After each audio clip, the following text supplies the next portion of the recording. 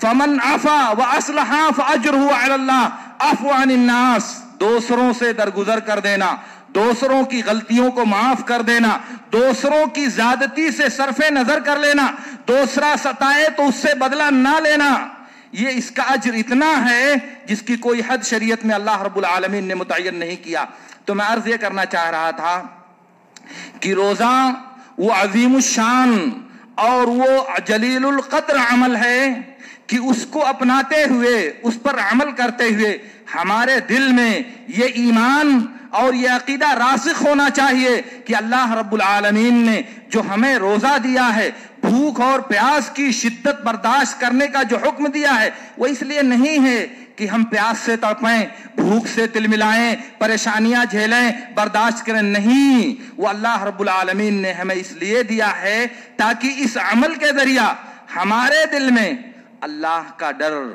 اللہ کا تقوی اور اللہ کا خوف پیدا ہو۔ اس کے ذریعہ اللہ رب العالمین کی نگرانی کا تصور، اس کے مراقبہ کا تصور، اس کی نظر ہمارے اوپر ہونے کا تصور ہمارے دل میں پیدا ہونا چاہیے۔ اسی لیے اللہ رب العالمین نے کہا یا ایھا الذین آمنوا کتب علیکم الصیام کما کتب علی الذین من قبلکم لعلکم تتقون، تم پر یہ روزہ فرض کیا گیا ہے جیسے گزشتہ امتوں پر فرض کیا گیا تھا، اس لیے تاکہ تم تقوی کی صفت سے متصف ہو جاؤ، تمہارے اندر اللہ کا ڈر پیدا ہو جائے۔ اب سوچیں تھوڑی دیر کے لیے میرے دوستو، آپ حالت روزہ میں ہیں، بند کمرے میں ہیں، دنیا کی کوئی نظر آپ کا پیچھا نہیں کرتی، مخلوق کا کوئی فرد آپ کو نہیں دیکھ سکتا، کیمرے کی نظر آپ پر نہیں پڑتی، انسانی نگاہیں آپ کو نہیں دیکھ سکتی، کمرہ بند ہے، آپ تنہا ہیں، آپ کے سامنے اقسام و انواع کے مطعومات اور مشروبات رکھے ہوئے ہیں، ٹھنڈے مشروبات، لذیذ کھانے آپ کے سامنے موجود ہیں، آپ دیکھتے ہو، لالچ لگتی ہے، شوق ہوتا ہے، مگر کیا آپ نے کبھی سنا اپنی عمر میں کہ کوئی روزہ دار اس کھانے کو ہاتھ لگا دے، اس پانی کو ہاتھ لگا دے؟ کوئی ڈر نہیں، کوئی نہیں دیکھ رہا ہے، کسی بھی ملامت کا کوئی خوف نہیں، مگر وہ نہیں کھاتا، نہیں پیتا، پانی کو ہاتھ نہیں لگاتا، تڑپ رہا ہے پیاس سے پھر بھی پانی نہیں پیتا، بھوک سے تلملا رہا ہے پھر بھی کھانا نہیں کھاتا۔ کیوں میرے بھائی؟ کیا بات ہے؟ سب کچھ میسر ہے اور دنیا کی نگاہوں میں بدنام ہونے کا خوف بھی نہیں ہے، دنیا کی ملامت کا ڈر بھی نہیں، پھر بھی نہیں چھوتا۔ کیوں؟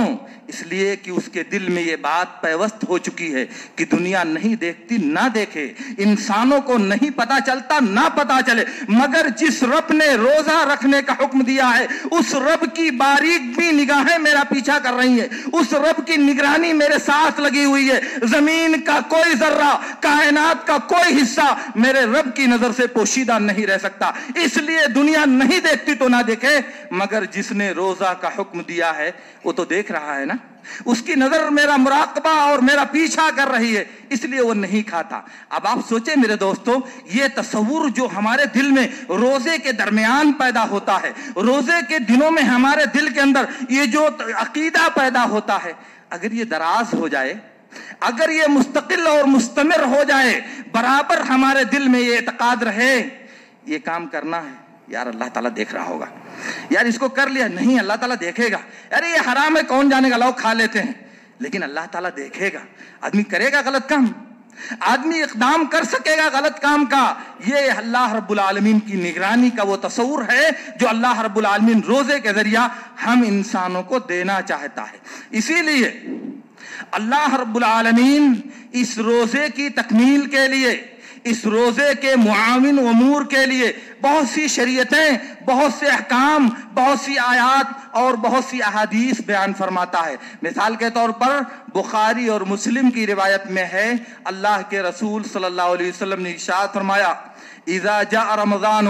فتحت ابواب الجنت وغلقت ابواب النار وصفدت الشیاطین۔ جب رمضان آتا ہے تو جنت کے دروازے کھول دیے جاتے ہیں، جہنم کے دروازوں کو بند کر دیا جاتا ہے، شیطانوں کو زنجیروں سے جکڑ دیا جاتا ہے۔ دوسری روایت میں ہے رحمت کے دروازے کھول دیے جاتے ہیں، تیسری روایت میں آسمان کے دروازے کھول دیے جاتے ہیں، اور دوسری حدیث میں جسے ابو ابن خزیمہ اور ابن حبان نے بسند صحیح روایت کیا ہے، کہا کہ جب رمضان کی پہلی رات آتی ہے تو اللہ رب العالمین آسمان کے دروازے کھول دیتا ہے تو اس میں سے کوئی دروازہ بند نہیں رہتا، جنت کے دروازوں کو کھول دیتا ہے، اس میں سے کوئی دروازہ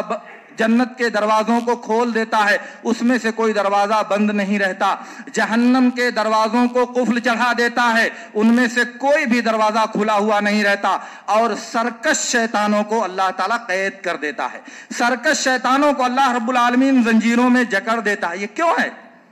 شیطان کو اللہ تعالیٰ گرفت میں اس لیے لیتا ہے کہ رمضان کا یہ جو موسم بہار ہے، یہ نیکیوں کا یہ جو موسم اللہ تعالیٰ نے ہم انسانوں کو دیا ہے، ہم اس میں تیزی کے ساتھ آگے بڑھیں، ہم تیزی کے ساتھ بھلائی کے کاموں کو اپنائیں، ہم سرعت رفتاری کے ساتھ بھلائی میں آگے بڑھیں۔ اسی لیے روزانہ اللہ رب العالمین ایک فرشتہ نازل کرتا ہے جو اعلان کرتا ہے روزانہ رمضان کے پورے دنوں میں،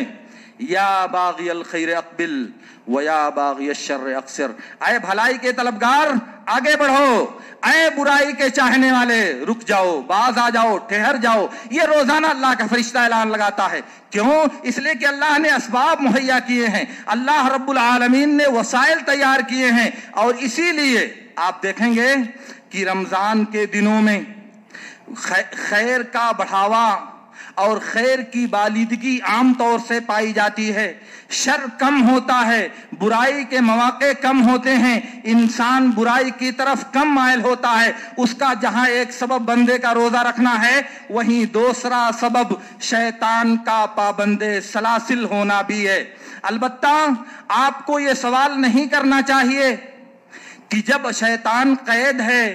تو بندہ گناہ کے کام کیسے کرتا ہے۔ ہم میں سے کچھ لوگ روزے کیوں نہیں رکھتے، ہم میں سے کچھ لوگ فلاں کام کیوں نہیں کرتے، ہم میں سے کچھ لوگ نماز میں حاضری کیوں نہیں دیتے؟ اس کی وجہ یہ ہے کہ شیطان تو قید ہے، شیطان تو زنجیروں میں جکڑا ہوا ہے، وہ ہمیں گمراہ کرنے کے لیے حرکت نہیں کر سکتا، لیکن انسان کا نفس اللہ تعالیٰ نے آزاد چھوڑ دیا ہے۔ انا ہدیناہ السبیل اما شاکرا و اما کفورا، اللہ تعالیٰ نے ہمیں راستے کی رہنمائی دے دیا، چاہے تو شکر گزاری کا راستہ اپنائے اور چاہے تو ناشکری اور کفر کا راستہ اپنائے۔ یہ انسان کو جو چھوٹ ملی ہوئی ہے اسی کو اللہ رب العالمین نے دوسری جگہ کہا، وما ابرئ نفسی ان النفس لامارۃ بالسوء، میں اپنے نفس کو گناہوں سے پاک نہیں قرار دیتا، میں اپنے نفس کو گناہوں سے مبرہ نہیں قرار دیتا، کیونکہ میرا نفس برائیوں کا حکم دینے والا ہے۔ اس کو ہم لوگ نفس امارہ کہتے ہیں۔ یہ نفس امارہ زندہ ہے، موجود ہے ہر انسان کے اندر۔ وہی نفس امارہ انسان کو برائیوں پر آمادہ کرتا ہے، برائیوں کو اس کے لیے مزین کر کے ہموار کرتا ہے، اور پھر انسان گناہ کے کام کرتا ہے۔ گویا کہ دنیا میں انسان کو راہ راست سے بھٹکانے والی، اللہ کی طاعت سے منحرف کرنے والی دو چیزیں ہیں، ایک تو شیطان اور دوسرے انسان کا نفس امارہ، جو اسے ہمہ وقت برائی کا حکم دیتا رہتا ہے۔ تو یہ نفس تو انسان کا زندہ ہے نا، یہ نفس انسان کا موجود ہے اس کے بدن میں۔ اسی لیے اللہ رب العالمین نے اس نفس کو کچلنے کے لیے، اس نفس امارہ کو قابو کرنے کے لیے ہمیں روزہ رکھنے کا حکم دیا ہے۔ وہ کیسے؟ آپ دیکھیں، انسان کی فطرت میں اللہ رب العالمین نے دو صفتیں رکھی ہیں، دو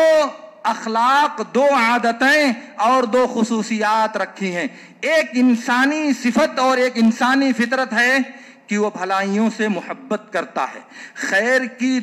خیر کی چاہت اور بھلائی کا شوق اس کے دل میں پایا جاتا ہے۔ اور دوسری انسان کی فطرت ہے، حیوانی صفت اس کے اندر پائی جاتی ہے، بہیمیت پائی جاتی ہے، جہاں عقل و شعور وہ ترک کر دیتا ہے، جہاں بھلائی کے شوق سے وہ ہاتھ دھو لیتا ہے، جہاں بھلائی کے کام اس کو بھلے نہیں لگتے، تو جب انسان خیر کی طرف بڑھتا ہے تو اسے ملکوتی صفت سے متصف گردانا جاتا ہے، اور جب برائی کے راستے پر چلتا ہے تو اسے بہیمی صفت سے یعنی چوپایوں کی صفت سے متصف گردانا جاتا ہے۔ اور جب انسان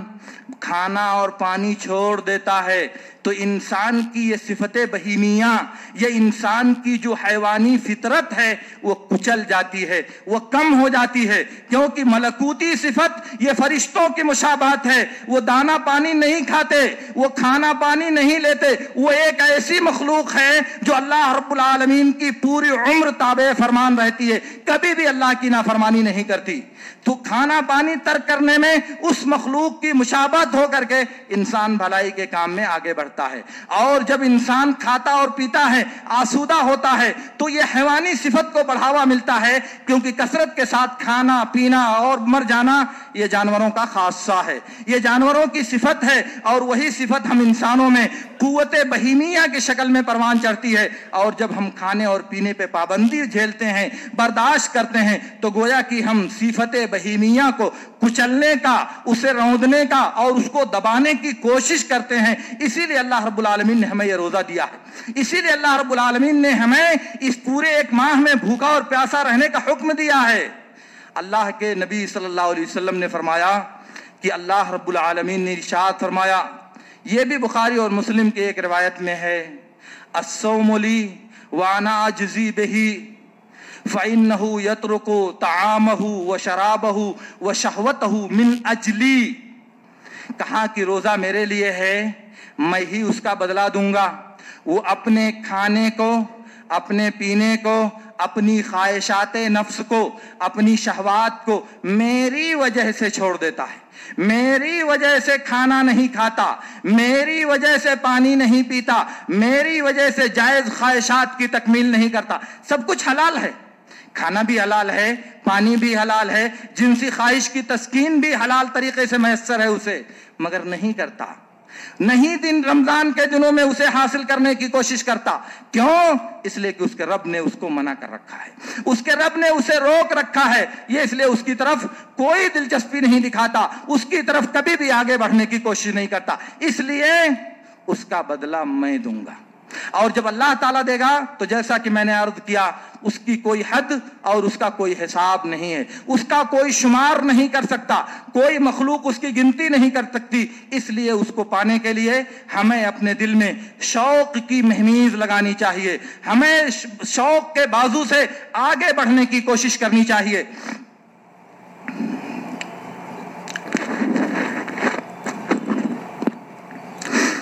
میرے دوستو، میں آپ سے عرض یہ کر رہا ہوں کہ اللہ رب العالمین نے اپنے فضل اور اپنے کرم سے ہمیں رمضان کا یہ روزہ دیا ہے۔ میرے دوستو، یہ مشقت اور مشکل میں ڈالنے کے لیے نہیں ہے، یہ روزہ ہماری بھلائی اور ہماری بہتری کے لیے اللہ رب العالمین نے ہم کو دیا ہے۔ اس لیے اس فرصت کو غنیمت سمجھیں، اس موقع کو اللہ رب العالمین نے جو عطا کیا ہے اسے ہم ایک فرصت تصور کریں اور زیادہ سے زیادہ اسے استعمال کرنے کی کوشش کریں۔ میرے دوستو، آپ سال کے 11 مہینے کھانا کھاتے ہیں، پانی پیتے ہیں، اپنی من کی زندگی گزارتے ہیں، آپ کو کوئی روکنے نہیں آتا، مگر یہ ایک مہینہ اللہ رب العالمین آپ سے مزید جفا کشی، مزید جانفشانی اور مزید جد و جہد کا مطالبہ کرتا ہے۔ تو اگر 12 مہینے میں ایک مہینہ اللہ رب العالمین آپ سے تقاضا کرتا ہے تو 12 مہینے وہ نعمتیں دے رہا ہے آپ کو، 12 مہینے وہ اپنی نعمتیں آپ پر نشاور کرتا ہے۔ اگر وہ ایک مہینے کے لیے ہم سے روزہ رکھنے کا مطالبہ کرتا ہے، اور وہ بھی ہماری منفعت کے لیے، وہ بھی ہماری اپنی مصلحت کے لیے، اور وہ بھی ہماری اپنے فائدے کے لیے، تو کیا یہ بات مناسب نہیں ہے کہ جس رب کے حکم کی وجہ سے ہم 12 مہینے روزی پاتے ہیں، اس کے حکم کے ناطے ایک مہینہ صبر کریں، ایک مہینہ برداشت کریں، ایک مہینہ جد و جہد کریں، ایک مہینہ ہم کمر ہمت کس کر اپنے آپ کو مشقت کی ڈگر پر ڈال دیں؟ کیا ایسا نہیں ہو سکتا؟ بالکل ہو سکتا ہے میرے دوستو۔ اور اگر آپ سوچیں گے تو آپ کو سمجھ میں آئے گا کہ دنیا میں انسانوں کی بنائی ہوئی جو مشینیں ہیں، انسانوں کے بنائے ہوئے جو پرزے ہیں، انسانوں کے ذریعہ ایجاد کیے گئے جو آلات تمدن ہیں، یہ سب کے سب جب مسلسل چلتے رہتے ہیں، مسلسل حرکت و عمل میں مصروف رہتے ہیں، تو کچھ دنوں کے بعد وہ کام کرنا چھوڑ دیتے ہیں، کچھ دنوں کے بعد وہ خراب ہو جاتے ہیں، ان کا عمل یا تو کم ہو جاتا ہے یا بند ہو جاتا ہے۔ یہی حال انسانی نفس کا بھی ہے۔ انسان کا یہ معدہ جو انسان کی خوراک کو ہضم کرنے کے لیے مشین سے زیادہ تیز رفتاری کے ساتھ چلتا ہے، وہ اگر پورے سال حرکت میں ہے، پورے سال عمل کر کے مفید غذا کو آپ کے بدن کا جز بناتا ہے اور مضر غذا کو آپ کے بدن سے نکالنے کا عمل انجام دیتا ہے، اگر اسے 12 مہینے میں 1 مہینہ اور وہ بھی چند مخصوص ساعتوں کے لیے، چند مخصوص گھنٹوں کے لیے آرام دینے کی بات کہی جائے تو یہ بات معقول نہیں لگتی آپ کو؟ آپ کا دل اسے قبول نہیں کرتا؟ ضرور قبول کرنا چاہیے میرے دوستو۔ کیوں؟ اس لیے کہ اس کا فائدہ یہ ہوگا کہ وہ معدہ جو مسلسل عمل کی وجہ سے اگر تکان کا شکار ہو چکا ہے تو اسے راحت کرنے کی فرصت ملے گی، اسے تھوڑی دیر کے لیے ٹھہرنے اور سستانے کا موقع ملے گا، اور پھر وہ نئے سرے سے تیزی کے ساتھ از سرنو دوبارہ اپنا عمل شروع کر سکے گا۔ یہ معمولی بات ہے؟ اسی عمل کو جاری رکھنے کے لیے ہم میں سے کتنے لوگ کتنے ڈاکٹروں کے دروازوں پر دستک دیتے ہیں، کتنے علاج اور دواؤں پہ اپنی زندگی بسر کرنے پر مجبور ہو جاتے ہیں اسی کام کو دوبارہ شروع کرنے کے لیے۔ اگر اللہ تعالیٰ نے ہماری بہتری کے لیے یہ چیز عطا کی ہے تو ہمیں تو خوش دلی کے ساتھ اس کا استقبال کرنا چاہیے، خوشی کے ساتھ اسے قبول کرنا چاہیے۔ اور ویسے بھی دنیا میں انسان دیکھتا ہے، دنیا میں انسان بہت سی چیزیں اس کی نظر میں آتی ہیں، لیکن جب وہ نظر میں آنے والی چیز اس کا تجربہ بنتی ہے، اس کے اوپر وہ چیز گزرتی ہے، تب انسان کو محسوس ہوتا ہے کہ اس شے کی حقیقت کیا ہے، اس شے کی شدت کیا ہے، اور اس شے کو انگیز کرنا، اسے جھیلنا کتنا مشکل ہوتا ہے انسان کے لیے۔ جیسے مثال کے طور پر ہم سمجھتے ہیں کہ جب انسان کو بھوک لگتی ہے تو بہت پریشان ہوتا ہے، اس کا دماغ کام نہیں کرتا، اس کی عقل کام نہیں کرتی، وہ سمجھ نہیں پاتا کہ اس کو کیا کرنا چاہیے۔ جب اس کو پیاس تیز کی لگتی ہے، زور کی پیاس سے جب وہ تلملا رہا ہوتا ہے تو اس کو سمجھ میں نہیں آتا کہ کیا کرنا چاہیے۔ ہم سنتے ہیں، لیکن اس کا حقیقی تصور اس وقت ہمارے دل میں آتا ہے جب ہم خود پیاسے ہوں، جب ہم خود بھوک سے دوچار ہوں، جب ہم تڑپ رہے ہوں بھوک کی شدت سے، جب ہم کروٹیں بدل رہے ہوں پیاس کی شدت سے، تب احساس ہوتا ہے کہ چند قطرے پانی کی قیمت اس زندگی میں کتنی ہے، چند لقمے کھانوں کی اہمیت اس زندگی میں کتنی ہے۔ تب ہم کو احساس ہوتا ہے وہ فقیر، وہ محتاج، سماج کا وہ بے زر انسان جو سال بھر فاقے کی شدت، بھوک کی شدت برداشت کرتا ہے، وہ جو درد اور جو کرب سال بھر جھیلتا ہے، اس کا احساس اللہ تعالیٰ ہم کو رمضان میں دلاتا ہے۔ وہ احساس ہمارے دل میں اللہ تعالیٰ رمضان میں پیدا کرنا چاہتا ہے۔ آپ سوچو 1 ماہ کی بھوک اور پیاس کی شدت سے آپ کا کیا عالم ہو رہا ہے، آپ کتنا پریشان محسوس کرتے ہو۔ اللہ تعالیٰ نے آپ کو نوازا ہے، اللہ رب العالمین نے آپ کو دولت دنیا سے سرفراز کیا ہے، اللہ رب العالمین نے آپ کی دنیاوی زندگی کو آسانیوں سے بھر دیا ہے، اس لیے پریشانیاں آپ کو سمجھ میں نہیں آتی، دشواریوں کا آپ کو کم حق کوئی احساس نہیں ہوتا۔ یہ احساس دلانے کے لیے اللہ تعالیٰ نے کہا کہ روزہ رکھو، کھانا چھوڑ دو، پانی چھوڑ دو، طلوع فجر سے لے کر کے غروب شمس تک، فجر کا وقت ہونے سے سورج ڈوبنے تک۔ اور اس کے بعد جو احساس پیدا ہوگا وہ آپ کو سمجھائے گا، وہ آپ کو یہ شعور دے گا کہ میرا محتاج بھائی، میرا فقیر بھائی، میرا وہ بھائی جو اللہ کی نعمتوں سے محروم ہے، وہ کس قدر پریشانی کے ساتھ اپنے سال گزارتا ہوگا، کتنی پریشانیاں وہ سال بھر جھیلتا ہوگا۔ آپ کو احساس ہوگا، آپ آمادہ کرو گے اپنے دل کو کہ نہیں، اس کے کھانے کا انتظام کرنا چاہیے، اس کے بھوک کو مٹانے کا سامان کرنا چاہیے۔ جب آپ کو یہ درد آئے گا، گویا کہ اللہ رب العالمین نے یہ جو روزہ دیا ہے اس میں جو تقویٰ ہمارے دل میں پیدا ہوتا ہے، اس تقویٰ کی ایک معمولی جھلک یہ بھی ہے کہ آپ سمجھو کہ بھوک اور پیاس برداشت کرنا کتنا مشکل ہوتا ہے انسان کے لیے. اگر اللہ نے آپ کو دولت دنیا سے نوازا ہے تو آپ خبر لو اپنے سماج کے ناداروں کی, آپ خبر گیری کرو اپنے سماج کے محتاجوں کی, آپ خبر لو ان بے سہارا اور بے بس انسانوں کی جن کے لیے نان شبینہ فراہم کرنے والا اس دنیا میں کوئی موجود نہیں ہے. تو اسلامی قوت, دینی بھائی چارگی آپ کو اس بات پر آمادہ کرے گی کہ آپ اس کا تجربہ جو کر رہے ہو اس کی روشنی میں آپ اسے مدد دو, اس کی غذا کا انتظام کرو, اس کی خوراک کا انتظام کرو. تو یہ مقصد بنے گا روزے کا, یہ مقصد بنے گا صیام کا, یہ مقصد بنے گا اس بھوک اور پیاس کو برداشت کرنے کا جو اللہ کی رضا کے لیے, نوٹ کر لیجئے, جو اللہ کی رضا کے لیے, صرف اور صرف اللہ کی خوشنودی کے لیے ہم ایک متعین وقت میں برداشت کرتے ہیں. یہ فضائل, یہ خوبیاں اور یہ ڈھیر ساری بہتریاں اللہ رب العالمین نے ہمارے لیے تیار کر رکھی ہیں. ہمارے لیے اللہ رب العالمین نے ان چیزوں کا وعدہ کیا ہے. اس لیے میرے دوستو, کمر ہمت کسو, تیار ہو جاؤ, اپنے دل کو آمادہ کرو کہ یہ چیزیں آپ کے لیے دنیا اور آخرت دونوں کی بھلائی کا مجموعہ ہے. دنیا آپ کو اس طرح سے حاصل ہو رہی ہے اور آخرت کا یہ ڈھیر سارا وعدہ اللہ رب العالمین آپ کے لیے کر رہا ہے. اسی لیے اللہ کے نبی صلی اللہ علیہ وسلم نے ارشاد فرمایا, حذیفہ بن یمان رضی اللہ تعالیٰ عنہ کہتے ہیں کہ اللہ کے نبی میرے سینے پر اپنا سر لگا کر ٹیک لگائے ہوئے تھے, سر لگا کر ٹیک لگائے ہوئے تھے. میں نے کہا اللہ کے نبی صلی اللہ علیہ وسلم آپ مجھے کچھ نصیحت کیجئے. آپ نے ان کو کئی نصیحتیں کیا, ان میں سے ایک یہ بھی ہے, علیک بالصوم فإنہ من ختم لہ بہ فلہ الجنہ. کہا کہ روزہ اپناؤ, روزہ رکھو, کیونکہ روزے پر جس کا خاتمہ ہوگا اس کے لیے جنت ہے. گویا کہ اگر روزے کی حالت میں رب العالمین نے آپ کا خاتمہ کیا تو اللہ تعالیٰ کا آپ سے جنت کا وعدہ ہے, اللہ تعالیٰ کا آپ سے جنت کا انعام دینے کا وعدہ ہے. اور اگر ایک دن آپ نے روزہ رکھا تو اللہ کے نبی صلی اللہ علیہ وسلم نے فرمایا کہ اللہ تعالیٰ, بخاری اور مسلم کی روایت میں ہے کہ اللہ تعالیٰ آپ کے اور جہنم کے درمیان 70 سال کی دوری پیدا کر دے گا. 70 سال جہنم کو آپ سے دور کر دے گا اگر آپ اللہ کی رضا کے لیے ایک روزہ رکھتے ہیں. اسی لیے دوسری حدیث میں اللہ کے نبی صلی اللہ علیہ وسلم نے فرمایا, یہ بھی نبی صلی اللہ علیہ وسلم سے بسند صحیح ثابت ہے, من صام یوما فی سبیل اللہ جعل